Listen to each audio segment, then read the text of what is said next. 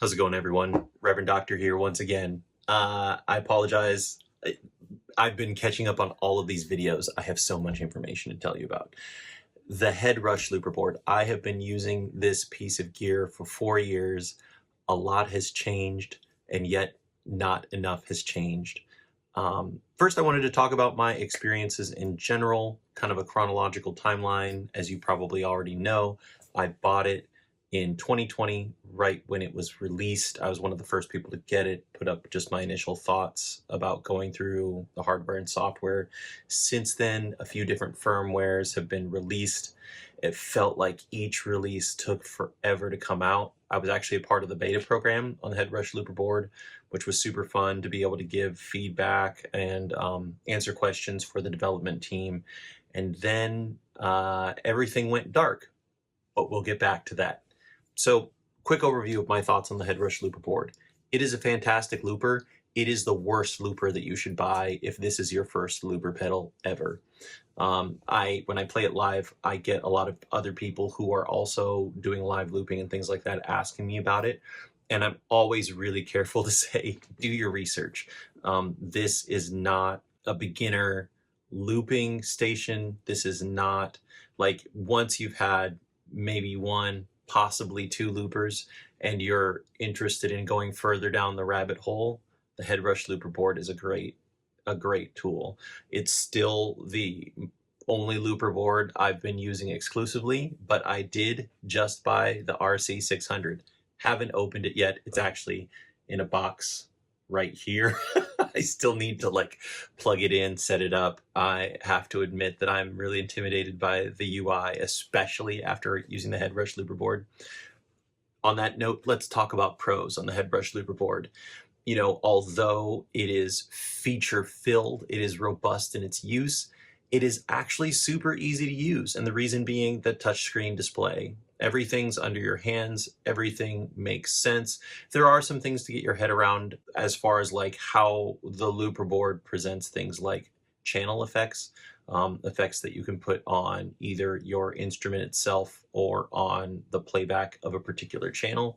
There are some things to be mindful of as far as like firmware updates, but aside from that, ease of use, I give this a 9 out of 10, and it's all because of the touchscreen. It's super intuitive as far as like how to interact with it. If you used an iOS device in the past, 20 years, you know exactly what you're going to be getting with this particular device. The other thing is functionality. The Headrush Looperboard is actually pretty sturdy. It's a very heavy device.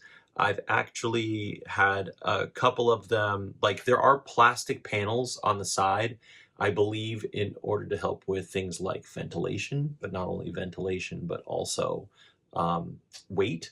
And those plastic panels, I've had a couple of them chip. So it's ironic that, one of the only parts of the device that isn't steel or iron is one of the only parts that I've had issues with. The build of it, I've never actually dropped anything on my Headrush Looperboard display, but I certainly haven't been precious about it as far as setting things on the display. I will admit that from all viewing angles, the screen is relatively bright. I've used it in direct Southern California, bright, glaring sunlight in the summer. It's just underneath the brightness that you would need to be able to feel confident about seeing it on stage. I am playing it a little bit blind. When I lean down really close, even though I'm playing in those particular conditions, you can barely see it. The Headrush Looperboard is a very low noise device. So you're not introducing noise as far as like balanced and unbalanced signals.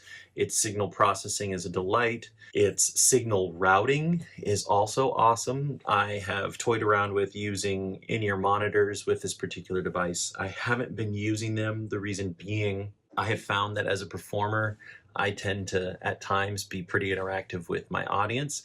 And if I have in-ear monitors in, then it kind of cuts me off from being able to hear what the crowd is hearing and responding to. So that's why I don't particularly use that. Cost, I would say that, the Headrush Looperboard, I don't believe has gone through any discounts or any price reductions, but at the same time, it's still worth it as far as a looper board.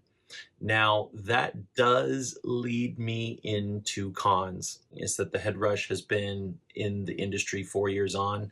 I have complete buy-in in the product, and we hadn't heard anything from the forums or the engineers from Headrush themselves or in music brands in a while. And it turns out the reason that was because Headrush was partnering with Ed Sheeran to be able to release the Sheeran Looper, which is great. It's weird that honestly it took so long.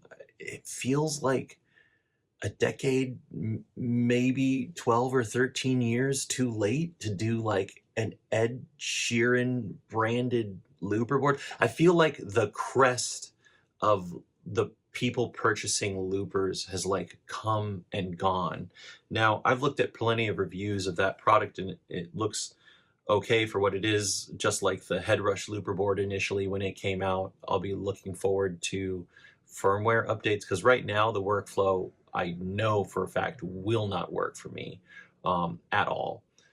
The other thing is that with this particular device, its size is even bigger than the Headrush Looperboard, which is just like, I already carry so much gear to gigs the other con is just that like the Headrush Looperboard is just so big.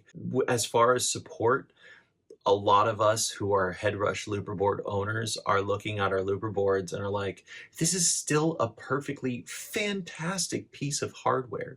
It feels strange to be in this spot where you feel like Headrush has stopped supporting this product and this device. We've seen them refresh and upgrade every single other product category in their lineup except the Looperboard. And then we find out that the Ed Sheeran is coming out with a product. It would have actually, I think, in my opinion, made more sense to do the Headrush Looperboard, but Sheeran series, rather than having it be literally a completely separate product and device and category. A Headrush Looperboard with Sheeran on it and different foot switches. But I get that because Ed Sheeran helped develop it, it needed to be the size and proportion of, the Chewy and the Chewy 2. It's because Ed Sheeran likes these giant pedals that he has that he pushes on that particular board. But yeah, right now, to be quite honest, if you were to ask, how do I feel as a Headrush Looperboard user? Yeah, being completely transparent, uncertain. That's why I purchased the RC600. Boss is notorious for also not being super supportive of their devices as far as like releasing updates and things like that. But two things that I know is that the Boss Looper series, number one, has just like a much larger massive user base, and people are always really friendly about their workflows and workarounds. Whereas with the Headrush Looperboard, we were kind of a niche family. We weren't like a lot of people. We were few, we were proud, we helped each other, but we wouldn't always necessarily like know the answers to all the questions and would often look to Headrush's team for answers, and they were relatively responsive. We now know that one of the reasons why that they weren't as responsive as we would have liked is that they were secretly developing another product category for a completely different use case. But I feel really uncertain. And the reason is I don't know where the future of this product is going to go. I still feel like there's a lot of power and utility to be squeezed out of this device. But at the same time, like, I don't know that Headrush as a company has any incentive to give any development power to the Headrush. So the Headrush team is actually pretty small. I want to say it's like less than 10 people, as far as like software, hardware, and maybe even things like marketing and customer service. So what that makes me think is that, like, how are they going to have time enough to be able to release updates for the Sheeran Looper and still support the Looperboard, which I gotta be honest, if this is like the last point in the development of the looper board, I don't regret the idea that I'm flirting with moving on to the RC600. So yeah, those are my thoughts, updates. Any questions, let me know about my experience. I just wanted to give a brief synopsis. Sorry, this video is a little bit long, but subscribe. I'll try to do my best to release more and more videos to keep you updated. Thanks.